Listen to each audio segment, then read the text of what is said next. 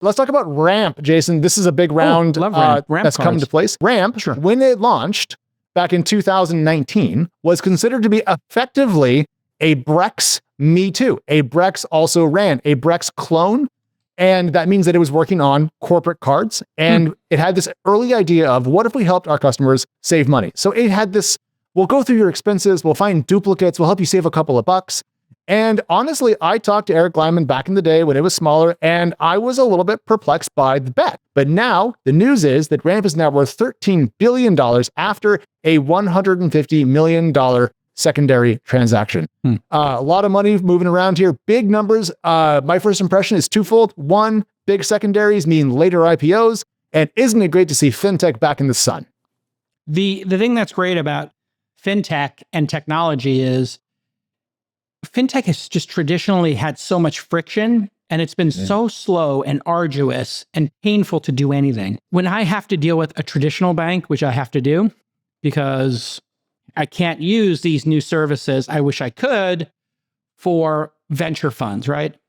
And for audits and for accounting, all that stuff. I literally have people coming to me for wet signatures.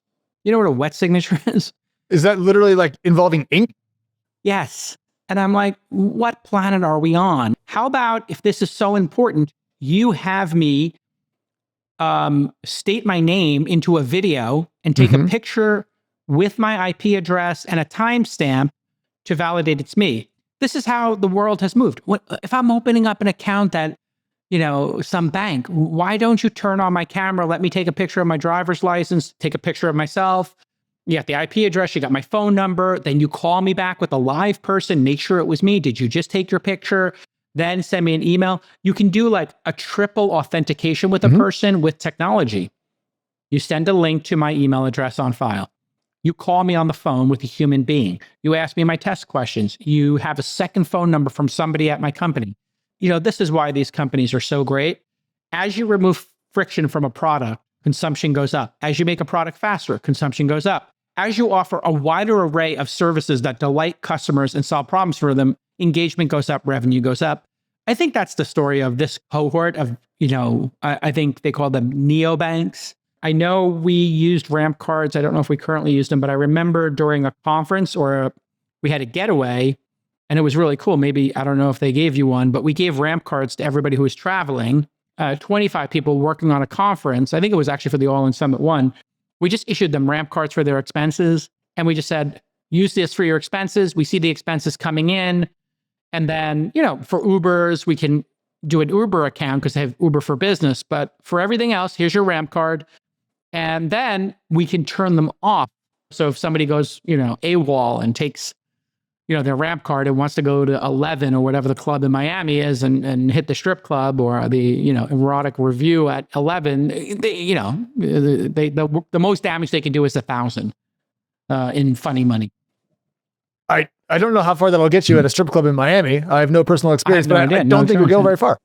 Really briefly on the Ramp story, just to kind of add a couple of quick notes here for folks. The company is now on an annualized revenue run rate of 700 million, up from 300 million before. I thought that was very impressive. Times 20 is 14 billion, and you said the valuation was 13. And we don't know their growth rate, though, do we? We don't know their growth rate recently. We also don't know their gross margins. We should assume this company is growing greater than 30% year over year. Yes. In order to get a 20 times top line revenue. Remember, that's price to sales, not price to earnings.